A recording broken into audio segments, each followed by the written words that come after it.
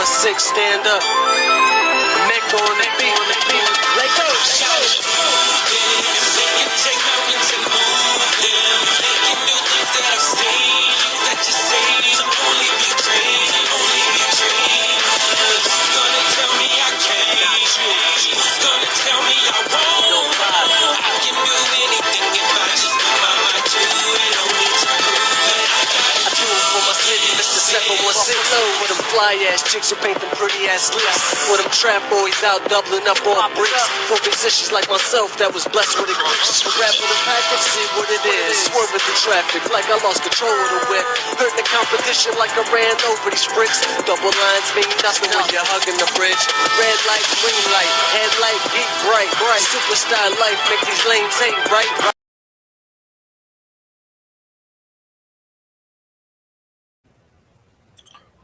What's up, everybody? How y'all been doing this weekend? Welcome to Talk Your Ish. I am Ron Thomas. Let's get down to the nitty gritty. Y'all know how we start Talk Your Ish every week. We start with what happened, baby. My first what happened, baby, is in me, because I did not believe in my Atlanta Falcons to beat the Tampa Bay Buccaneers. Shout out to AB, wherever you at. And my second what happened, baby, is Atlanta Falcons beat the Tampa Bay Buccaneers, helped the Carolina Panthers to get the number one spot in the division, and they still did not beat New Orleans Saints. I don't understand it. Make it make sense. They lost to the Saints. So, you lost to the Saints. Don't nobody want this division.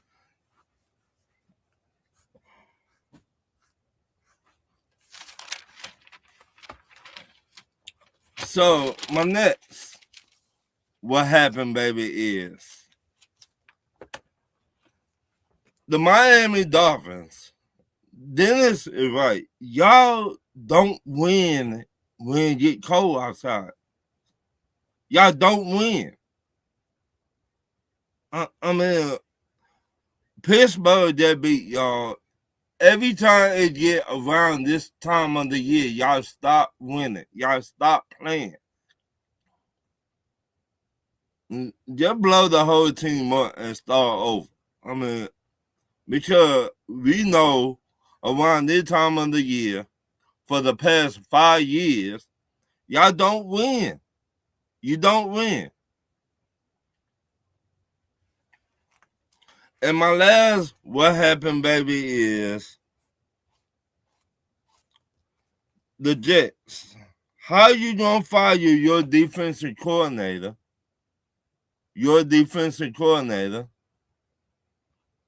and you traded his best, what he had on defense, the best two players on his defense. You cannot get mad at him, and y'all traded the best two players y'all had on y'all defense. But you gonna fire him, Steve Wilkes? Y'all trying to make him the gategoat. No, y'all been bad. Y'all fired this man because the defense stopped playing. Yes, you trading the best two players on the defense.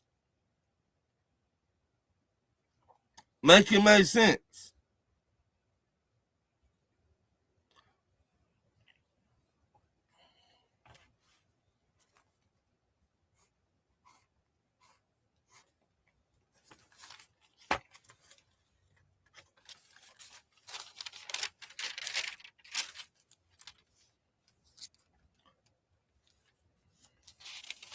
You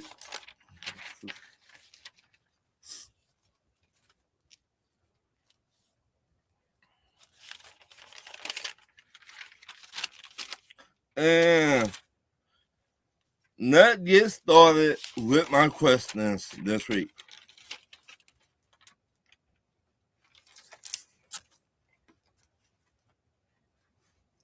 Everybody like and share the show. When you a bad corner in college, when you get drafted to the NFL, can a system hide your flaws? When you a bad corner in college, and when you get drafted to the NFL, can a system hide your flaws? Y'all put in the comments what you think.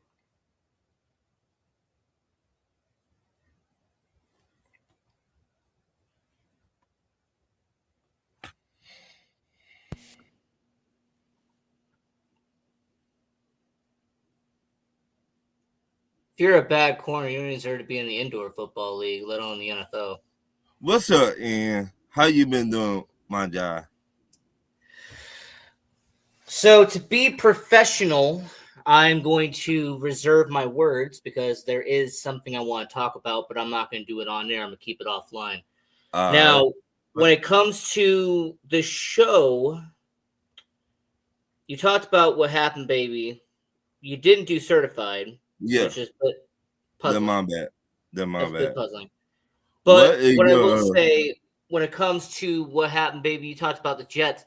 You let the Jaguars drop 48 points on your ass. All right? It doesn't matter what players you're missing. It doesn't matter who's missing on the defensive end. It doesn't matter if it's defensive tackle, linebacker, corner, safety. It doesn't matter. What?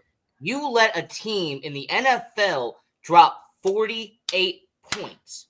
What? Steve Wilkes didn't even get on the team bus. He was fired the moment the clock went zero. What? So, no, I blame Steve Wilkes for that. Because you didn't come up with a scheme. You did not come up with a plan that didn't allow Jacksonville to drop 48 on your dome. So, no. Okay. The Jets, Steve Wilkes. To me, that's what happened, baby. That's on you. Wait.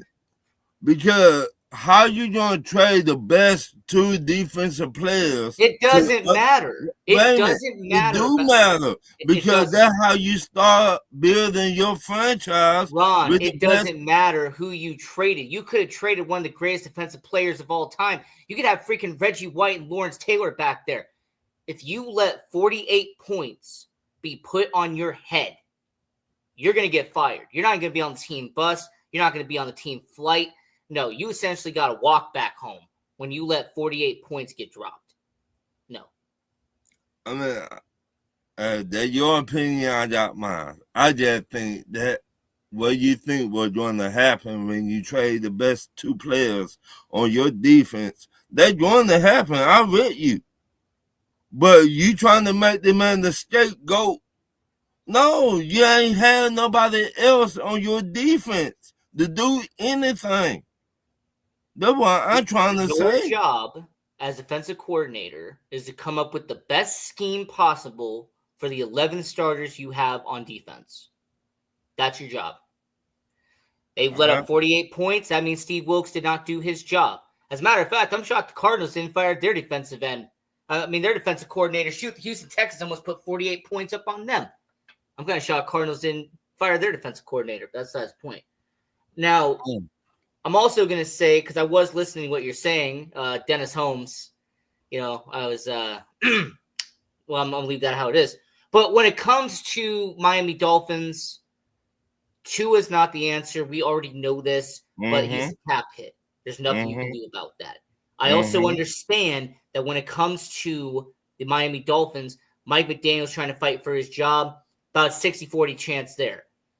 The issue with Miami is that you don't have Tyreek Hill. He's with the IR. He ain't going to be there. Achane, he didn't do enough in that game. You did not use the run game enough in that game for Miami.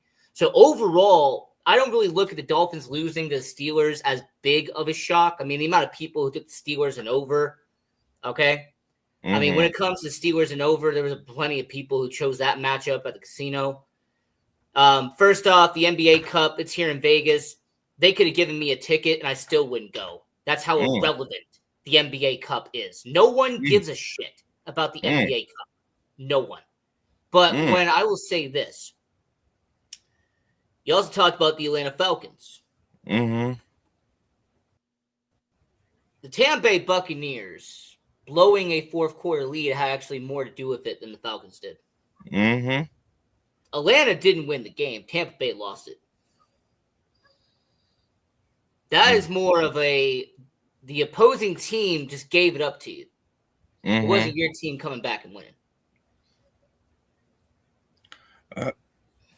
Hey, it is what it is. But my whole thing is Tampa. If I'm Tampa Bowles, I would be mad too. Okay. But like you said, the defense gave up. So that let me know he lost the locker room. They're not listening to nothing what he's saying on the field, on the sideline. They're not listening to him. They don't care no more. I'm trying to be okay. Derek, the guy who annoys me to absolutely no freaking end. Derek, I'm trying to be polite. I'm trying to be nice. But I don't give a shit about the NBA Cup. Nobody cares. No one cares. I mean, it's being held in Vegas. Guess who cares? No one. Why do you think the NBA Cup's about to be moved from Vegas next year? Because no one cares. Hey, your Spurs are going to win against the Knicks. Congratulations. Be like the Lakers did and hang a little banner up in the rafters. Nobody cares about the NBA Cup. I don't know why we're talking about it. Me either. Now, what do you think Todd Bowles lost their locker room? His locker room? No, it's not. It's not really about that. Tampa Bay has had so many injuries and have had so many problems on both sides of the ball. They're trying the best they can. The issue with Tampa Bay is that they had a bunch of penalties that went the opposite direction. Baker Mayfield having a costly interception at the wrong time for Tampa Bay. So the way I see it is that when it comes to Tampa Bay, they lost that game. It's going to be one of the games that they're going to look back and say, man, we should have won that matchup, and rightfully they should have.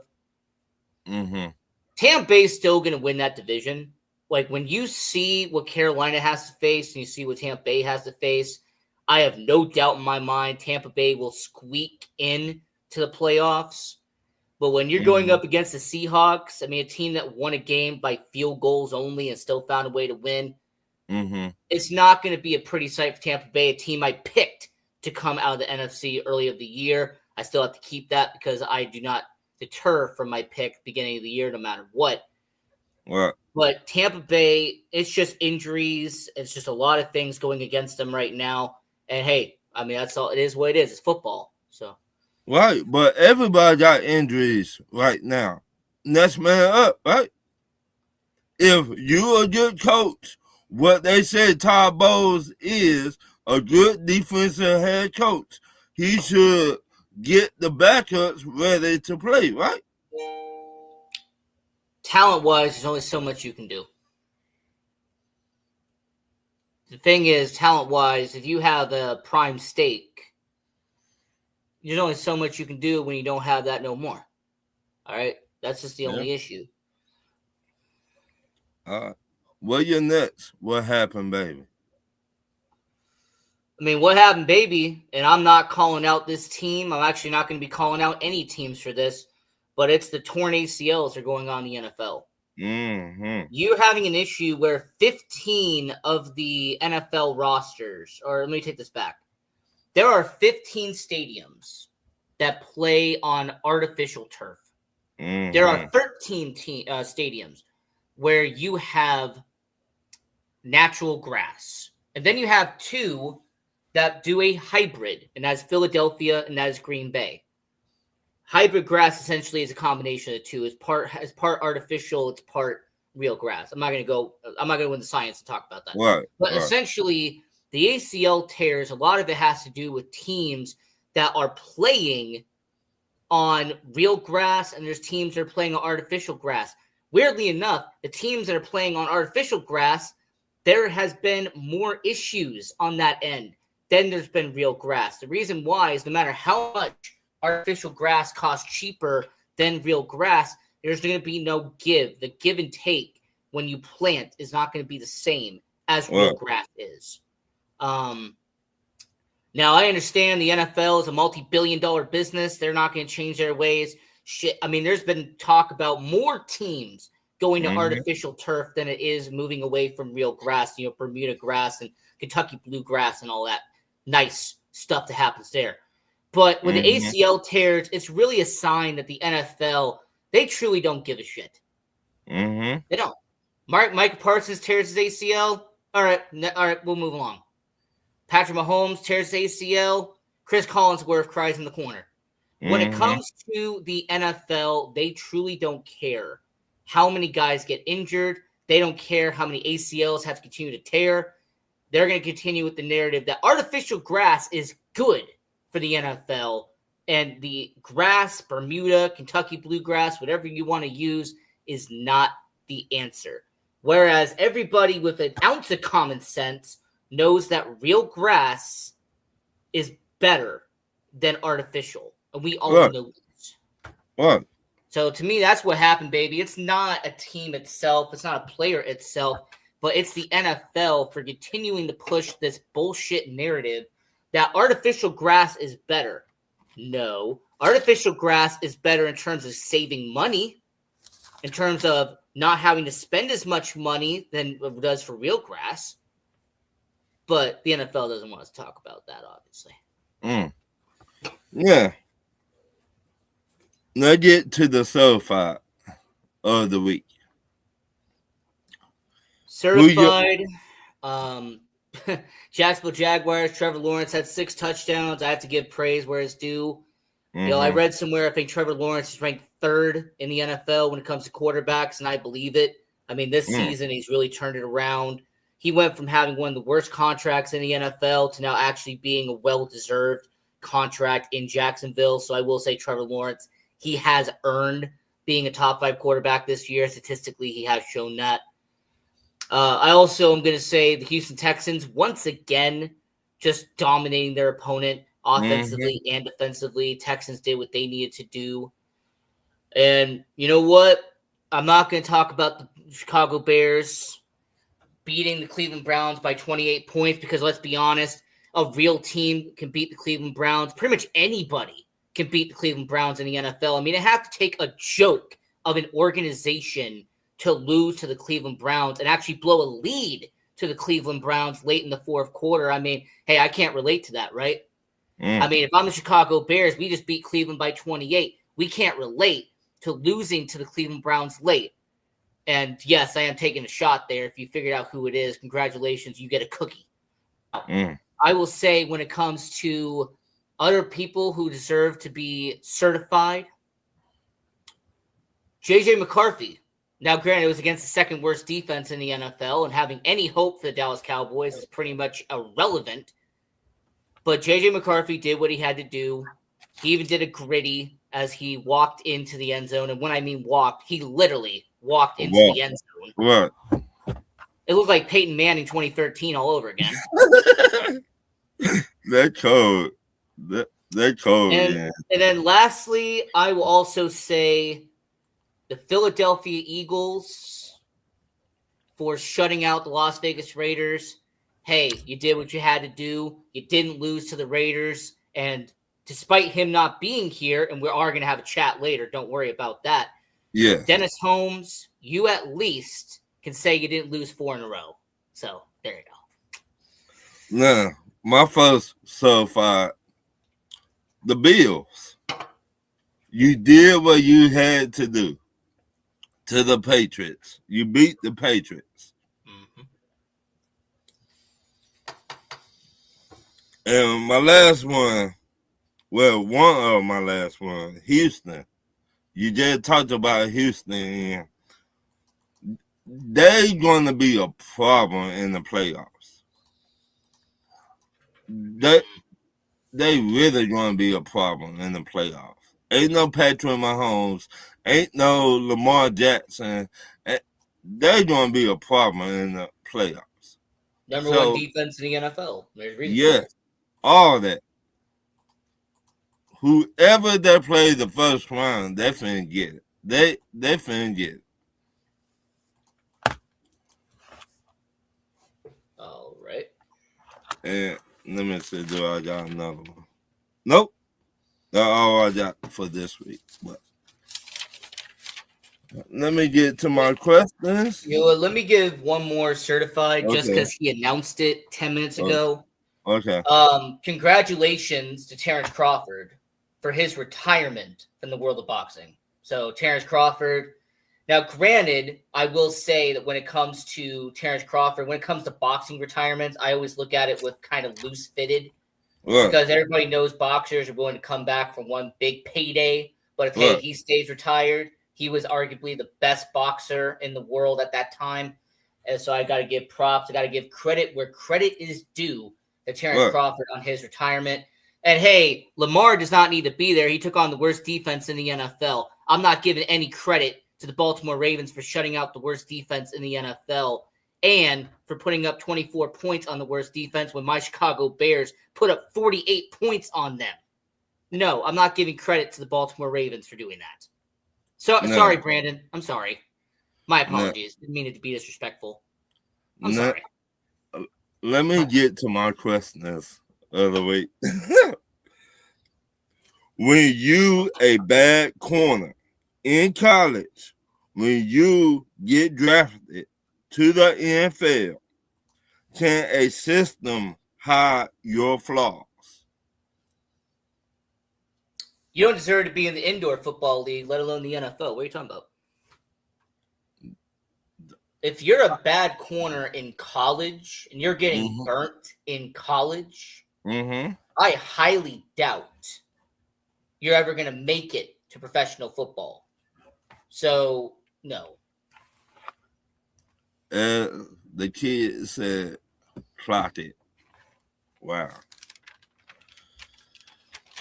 I mean, I just saying, we seen... Hey, Ron, all I got to say is who's going to be in the playoffs later this year and who's going to be on the couch. That's all I got to say.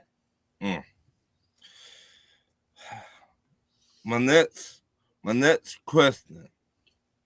Do you think Zion Williams is a bust, or do you think he needs to ask for a trade? You know, this type of question really irritates me.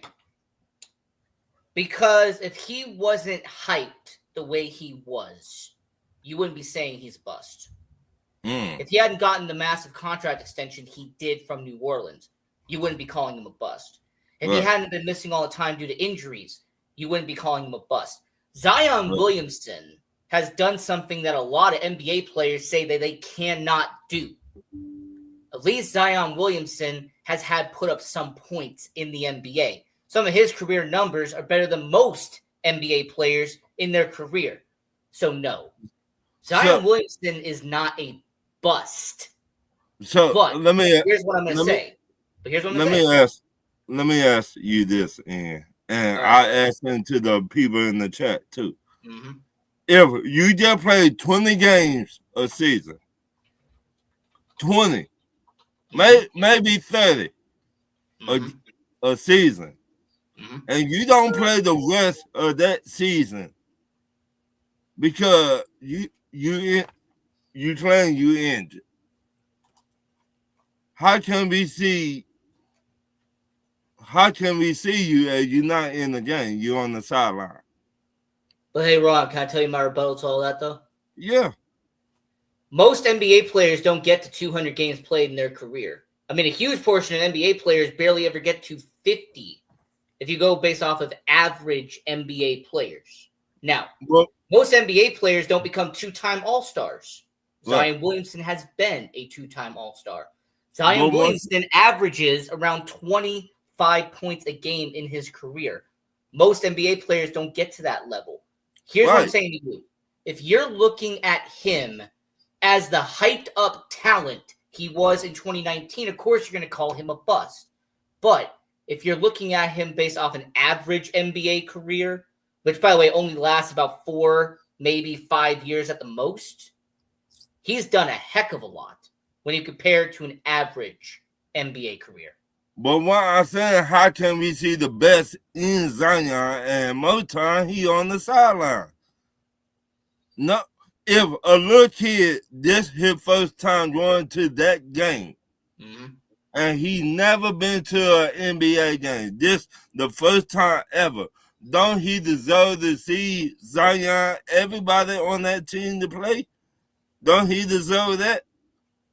Well, first off, if you go into a whole conversation, we could peel that back and talk about the whole NBA. We could talk about the fact that we have NBA players who skip games because they don't feel like it. Right, I read you. Look, that's a whole conversation for another time. I'm not going to go there. What I'm going to say is that, yes, is he injury prone? Yes. Does he have issues with his weight? Yes. But based off of what you said, it's hard for me to label a 2-time All-Star and a guy who averages near 25 points a game a bust in the NBA. It's hard for me to do that, but here's what I will say. It's based off of the hype he had entering the NBA, why this question's even being asked. If he hadn't been hyped up as the next messiah of the NBA, people wouldn't even consider that career a bust. They wouldn't. They would say that he is very injury prone, and then the what if would happen about, well, what if he could stay healthy? Right. But no, nobody would be calling him a bust if he was a first overall pick normally. That's all I'm saying. All right. My next question. Do you think an NBA player would like to average 30 points a game on a bad team, NBA team, and stay there? Or average 15 points on a good NBA team? All right, do I want to be Gilbert Arenas or do I want to be Robert Horry? Oh, shit. Do I want to be a guy who's remembered for all of his post-career stuff more than his actual career stuff? Or do I want to be remembered as a multi-time NBA champion and someone who's respected in the game? I don't know. You tell me. Oh, shit. Shot fired. I mean, I'm just saying, like, do I want to be remembered as somebody who is a quality player and a contributor on a team? Or do I want to be remembered as, oh, hey, I averaged 30 points a game, but hey, I didn't do anything come playoff time, though. I mean, I didn't get to the NBA Finals. I didn't get to the Eastern Conference Finals. I wasn't that type of guy. But hey, I put up good stats, though. Wow. So to answer your question, 15 points and multiple titles. Easy. All right. My next question. If you a number one corner on your NFL team, do you think he should follow the number one wide receiver? Or do you think he should stay on one side of the field? As a number one corner, he's going to do whatever fits the defensive scheme the defensive coordinator came up with. Whatever the defensive scheme is and whatever the strategy is to kind of help out and defend against what the quarterback's going to be doing on the offensive side, that's what you're going to do. No, I've never believed in this narrative that the number one receiver always has to go to the number one corner, because guess what? There's some times where a defensive scheme is not going to fit that. If you're in zone or if you're in man, or if you're going to go into certain coverages and certain schemes, the number one corner is not going to go up against the number one receiver because that's not what his job is telling him to do. So, no. Me personally, in my opinion, I just talked to him about me. I think if you're a number one corner, you should follow that number one wide receiver. That's what I think. Hall of Fame. What if the scheme tells the number one receiver to not be exactly where you are? Then you got to go where he at. You got to follow him. To me, I don't want to be good just because who I play with. I want to be the best. If I got to touch away the number one wide receiver, that's what I want to be. I just speaking about me, my opinion. Okay. So defensive Old scheme school. wise, they're telling you to line up on the left and the number one receiver's on the right. You're going to be like, no, I'm going to go over to the right. I'm gonna go to the right because I want the best. If they call him the best, if they call him the best wide receiver on that team, and I'm the best corner on my team, I need to face him. Okay, and if your defensive coordinator tells you otherwise, you're going to defy that order? I mean, that's all I'm man. saying. If you're a number one corner, you're going to do whatever fits that scheme at that time. That's all I'm pointing out. True. My next question: who was better in a prime, Andre Johnson or Larry Fitzgerald? Y'all put it in the comments. I mean, they were truly two different receivers. I mean, the way they played the way they played the position is completely different. It's kind of hard to say.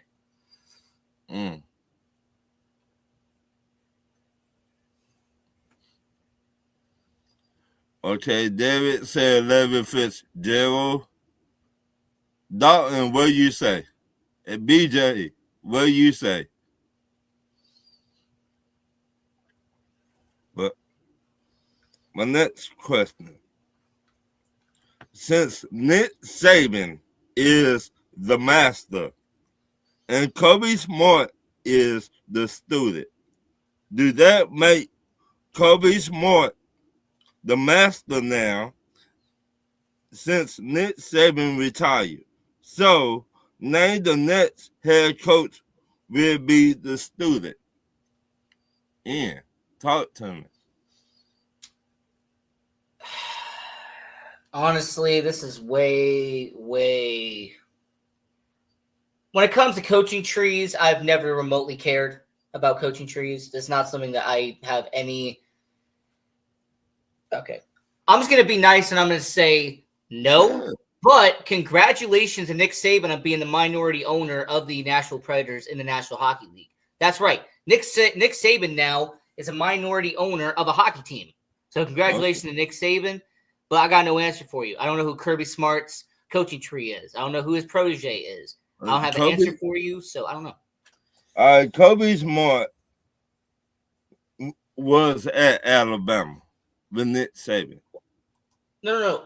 I understand that, but what you're saying is who's going to be the student under Kirby Smart. I'm saying I don't know his coaching tree.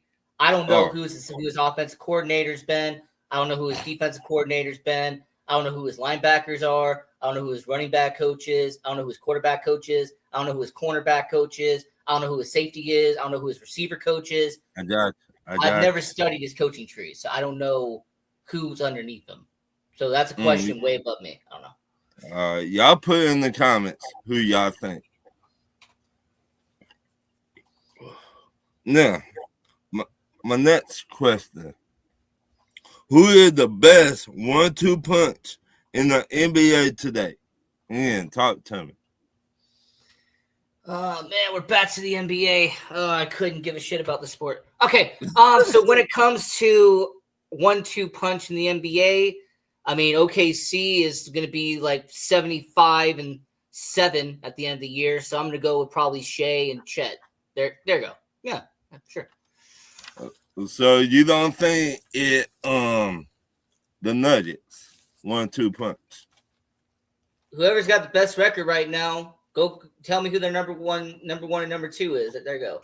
That's them. OKC.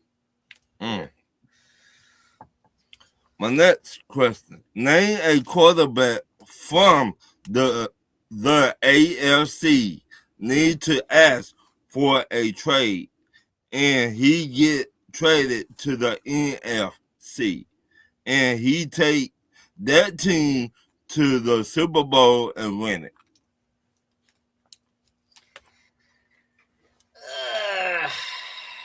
All right. I mean, if we're talking about the AFC, I mean, I could take a cheap shot here and say Lamar Jackson. Oh, ouch. If I really wanted to go there, I could go up a low blow. I could talk about Josh Allen. Ouch. And if I really wanted to strangle somebody and have somebody come here and cut my mic off, I could say there's some other quarterbacks that could be in that category, but no, I'm going to keep it the way it actually is, and I'm not going to go for those cheap shots. I'm not going to go for the low blows this time. Instead, I'm just going to call it the way I actually see it. If Joe Burrow was on any mother effing team, not named Cincinnati Bengals, he'd be in a better situation. If Joe Burrow was on almost any other team in the NFC, they would instantly be way better than they are right now.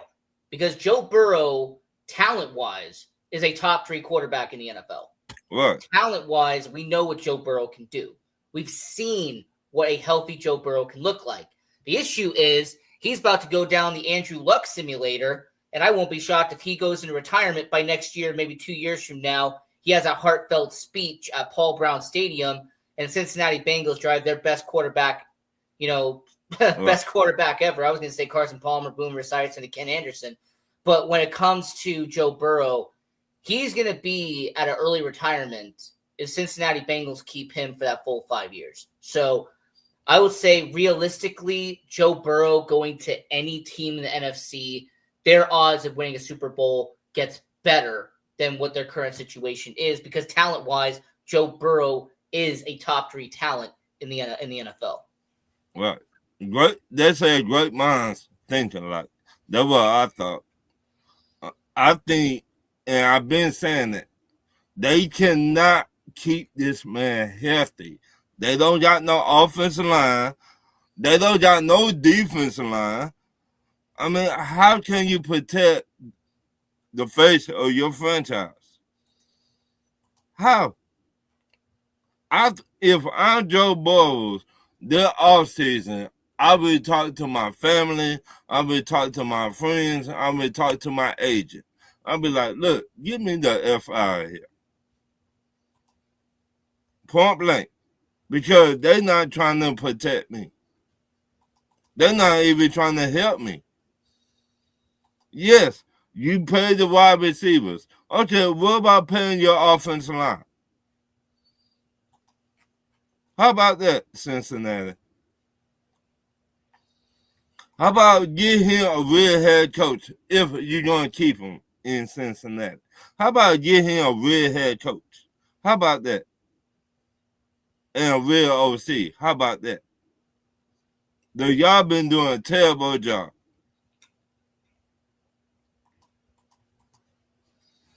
Now, my next question.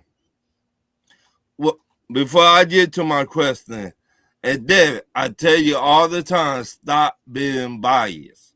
You being biased way too much when you said Remby and Fox and the best 1-2 punch. Stop being biased, Derek. I tell you all the time. Well, if Derek wasn't biased, we wouldn't talk about him. Now, my question. Can we call Joel Embiid a bust? And should someone in the front office get fired for giving Joel Embiid that contract? I was just starting to calm down. I know. I was just starting to kind of relax a little bit. I know. But then you had to bring up a certain word. What's that word?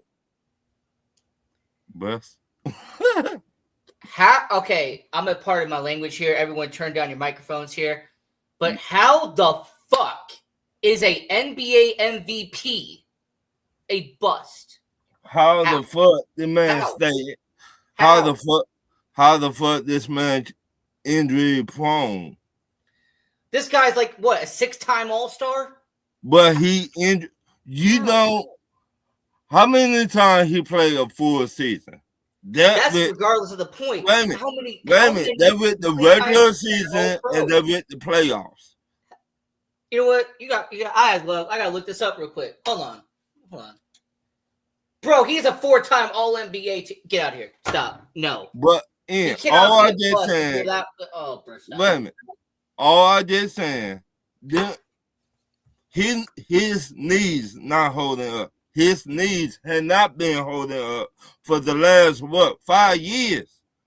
Do you realize how few a percentage of people are even an All NBA team once, let alone 5 times? And this did he play in the summertime too? Yeah, but now you injury prone. Stop it, Ian.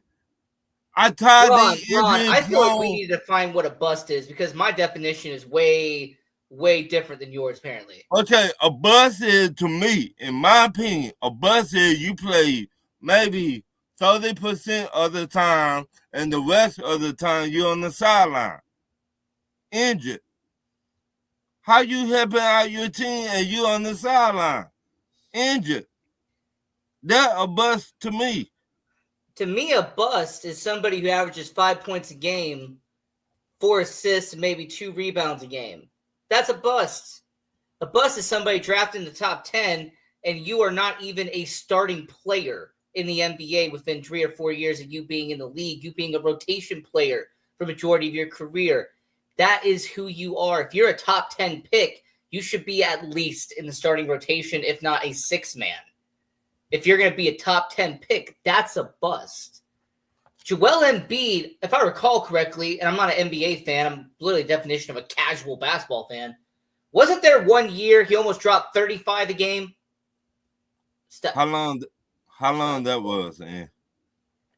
It doesn't matter if it was 5 freaking years ago. But what If I'm you saying dropped over is, 35 points a game, that means that you were by far one of the okay, best. Bro, stop. was it past 10? We talking about lately. What he done lately? Oh, my But when bad, you man. say the word bust, you're Wait talking a minute. about the whole career. Wait a minute. What he done lately? He's not helping out the team. He been on the sideline. How you helping out your team and you on the sideline half of the time? Stop I can't it. believe I have to agree with Derek on something. Man, the universe is about to implode. But yes, he will be a Hall of Famer by the time that this is done. When he retires, he will be in the Hall of Fame because he won MVP. He's a 5-time All-NBA, 7-time All-Star. And I forgot, by the way, he was voted to the All-Defensive Team multiple times. Stop. My next question.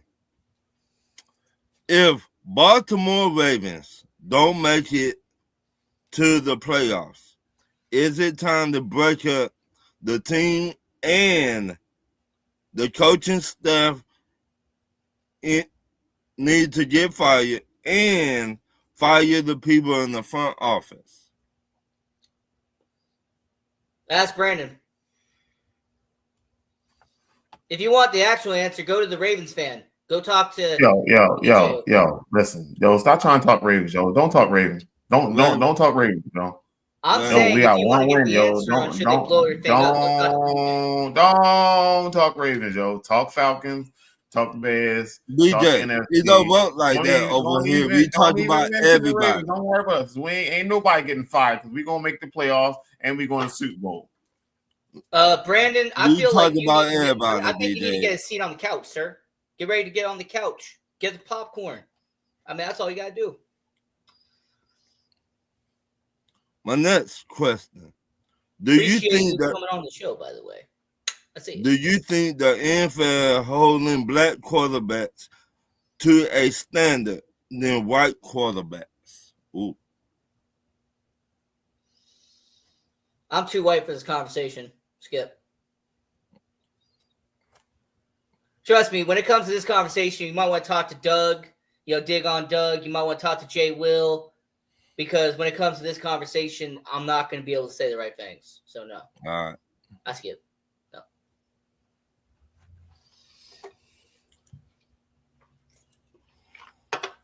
Let me go to my...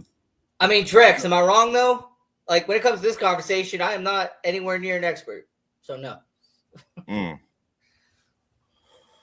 What should Joe Burrows do? Ask for a trade or retire? This offseason. And we both said ask for a trade or retire in a couple of years. So, considering I actually answered this earlier, right. I'm just going to say the same thing I said there. Right. If Joe Burrow doesn't get traded, he will retire. Right. It's as simple as that. If you do not retire, if he does not get traded. If he stays with the Bengals and he's forced to live out that contract, he's forced to live out that $160 million for the next 4 years. He is going to retire. He is going to be sobbing at the podium at Paul Brown Stadium, and people are going to say, "Man, what if Joe Burrow was not there? Or what if Joe Burrow played longer?" So yeah, he will be Andrew Luck if the Bengals force him to play those final 4 years. No, Joe Burrow got to play that contract out. I'm saying if he has to play out those 4 years, Joe Burrow he's got that not going to be in the NFL past 35. He asked for Chase to get paid. He asked for Higgins to get paid. He fought for what's the tight end name? Gesicki. Is that his name? I think so.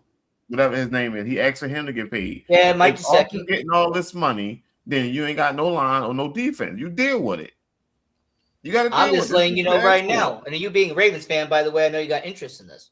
You could have Joe Burrow. You could have let Chase Chase forced Burrow to play in Cincinnati. If he's forced to be in Cincinnati for the rest of his tenure, he will retire by the time he's 35. It's simple as that. You should have let Chase walk, kept Higgins, and you could have got you a number 2, number 3 wide receiver and been good. You the best wide receiver, best quarterback in the league, right? Throw the ball to whoever out there. You don't need no 2 number 1s. You don't need 2 number 1s. Tom Brady ain't need 2 number 1s. Peyton Manning ain't need 2. Now he had them, but they ain't need 2 number 1s. You got to make it work. Why you trying to hear that? You asked for that money. You got your money. Make it work. Let me ask you this, BJ. Because if somebody else, if another franchise quarterback was begging for wide receivers and didn't get it, we'd say he ain't got no help. He got all the help he need. Win the game. Put more points up so your defense don't have to do no work. Win the game. You got all that money. Win the goddamn game. Let me ask you this, BJ. If I put up numbers, but I also injured for the past 5 years. My offensive line ain't shit for the past 5 years. But you still want me to put up numbers. But most time I'm at home or in the hospital. Is that right? You injury prone. That's on you. You can't help that. But you're not giving when you on the field, you best to be the best thing we got smoking. Okay, but you got to get people an offensive line that will protect me. No, you got to get offensive line who know how to block. We already paid you. We ain't paid you not to get hit. We paid you to win us the games. You knew you was going to get hit. That's why you got all that extra money. If we knew you wasn't going to get hit, we should have took some of that money back and spread it out between the line. Go win the game. You don't want to retire. You ain't sitting there thinking about no retiring or getting no trade. You wish you would ask for a trade. They take you in the back of that locker room and let you know how we really feel. You cold, BJ. You cold, boy. But I got that's your opinion, and I got mine. So, and got his. So, my next question: do you think John Gruden had to start at the bottom and roll himself back up again to be a head coach in the NFL again? BJ, talk to me. BJ has left the building. Gosh, and talk to me. That messed up, BJ. Look, when it comes to John Gruden, I'm just going to keep it real. He's not going to be a head coach again.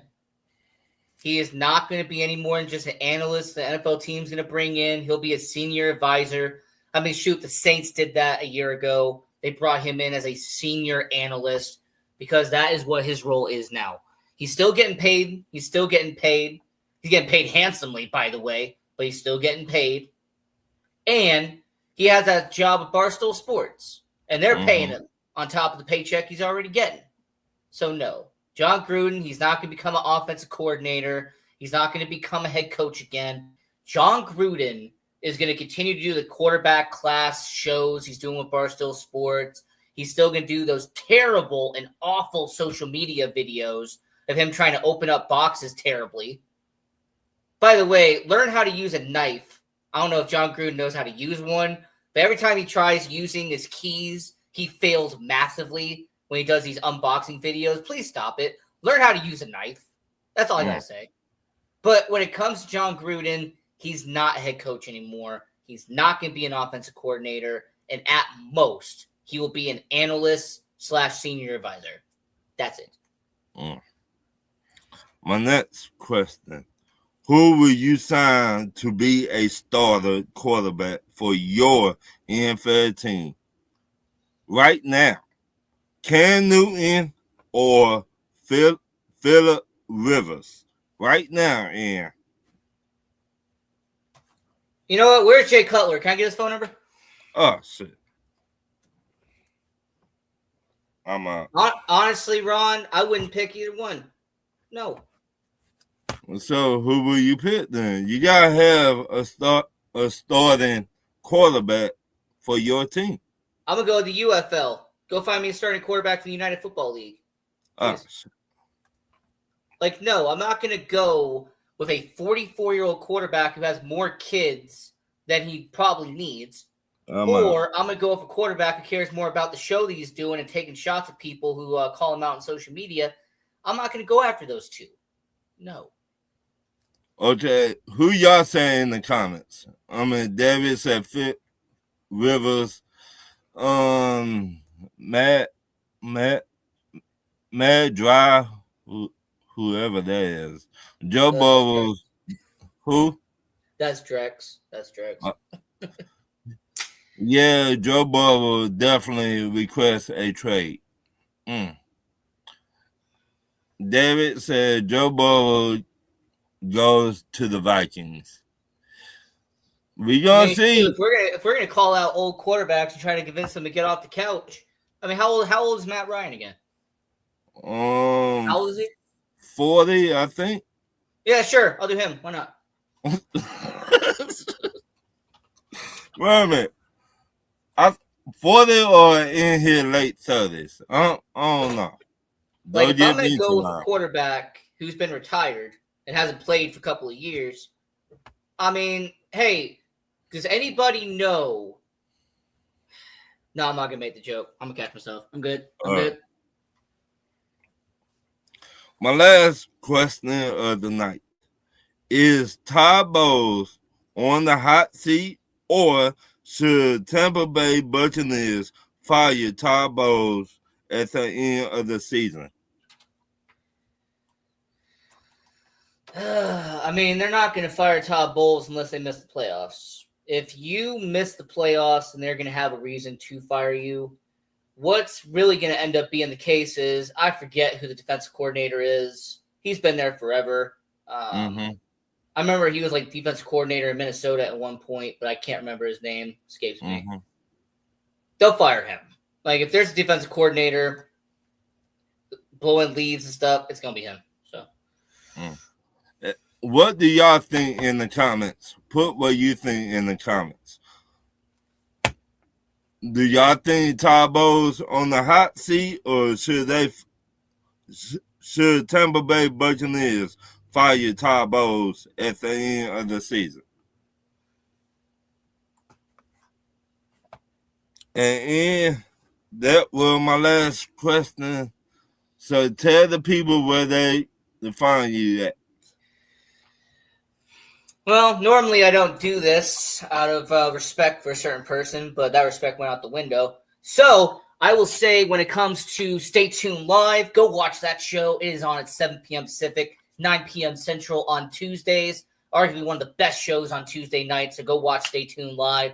They're going to be on later in about 45 minutes. Go watch that show. Incredible content when it comes to Stay Tuned Live. One of the best shows you can ever watch. I will say also, I write articles at sportsangle.com, and I also have my own social media at Ian J. Rakelli. So that's all my social medias right there. Everybody like and share the show. You can find me on the eye test on Wednesday nights around 10 o'clock. You can find me on Pops and the Henry Brothers on Thursday nights around this time, 8 o'clock, between 8 and 10. You can find me on Talk Your Ish Tuesday nights around 8 o'clock, and you can find me on Andre's show sometimes on Monday nights, Madness, around 10 o'clock. Between 10 and 12 o'clock. Like and share the show, everybody. Deuces.